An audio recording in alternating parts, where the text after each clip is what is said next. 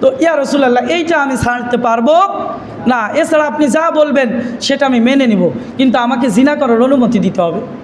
দেখেন শেখেন, আল্লাহ রাসূল সাল্লাল্লাহু আলাইহি সাল্লাম ওই যুবককে কাছে ডাকলেন। কাছে ডাকার পরে আদর করে বললেন, হে যুবক, তুমি কি চাও যে এই কাজটা কেউ তোমার মায়ের সাথে করুক? যুবক বললেন যে কখনো না।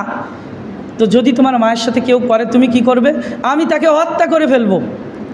তুমি কি চাও এই কাজটা কেউ তোমার আদরের বোনের সাথে করুক? ইয়া রাসূলুল্লাহ, না, এটা আমি কখনো পছন্দ করি না। তুমি কি চাও এটা তোমার মেয়ের সাথে করুক? ইয়া রাসূলুল্লাহ, না। ওর মনে মনুষ্যত্ব জাগছে।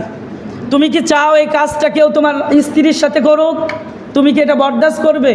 বলে, ইয়া রাসূলুল্লাহ, এটা আমি কখনো মেনে নিব না।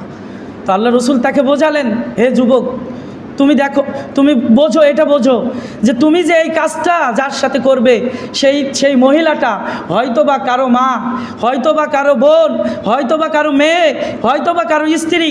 তুমি যেটা পছন্দ করো না সেটা কোনো ব্যক্তি তো এটা চাইবে না যে তুমি তাদের সাথে এই কর্মগুলো করো। সাহাবী বললেন, ইয়া রাসূলুল্লাহ, আমি ভুল বুঝতে পেরেছি, আমাকে ক্ষমা করে দিন। আল্লাহ রাসূল সাল্লাল্লাহু আলাইহি সাল্লাম যুবকের বুকের উপরে হাত রেখে দোয়া করলেন, হে আল্লাহ, তার নাম ধরে বললেন যে তুমি অমুকের অন্তরকে পবিত্র করে দাও।